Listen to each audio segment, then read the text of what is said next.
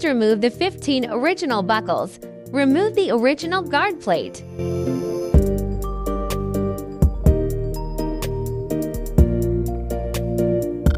Remove the 2 original screws.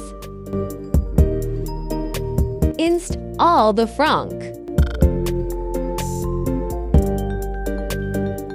Note that this position needs to be stuck inside.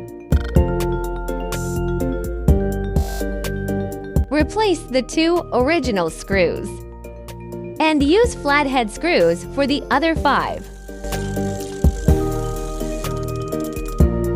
Screw on the 5 nuts.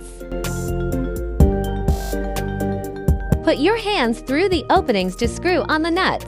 Install the other side in the same way. Replace the guard plate.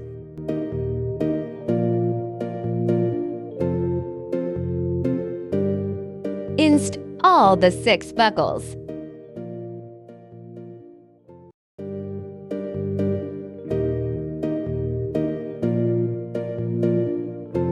Replace the original buckles.